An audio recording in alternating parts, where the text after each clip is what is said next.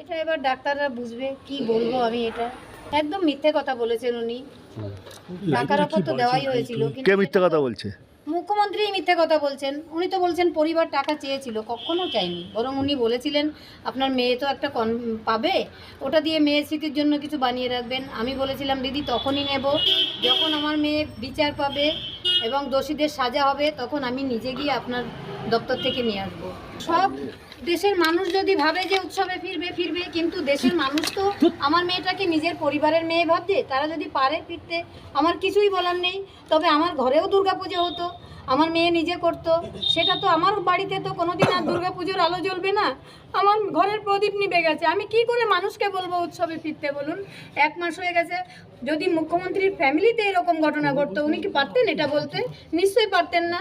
উনি বলছেন অনেক হয়েছে। আমার মেয়েটাকে যেমন গলা টিপে ওখানে মারা হয়েছে, সব প্রমাণ লোপাট করা হয়েছে।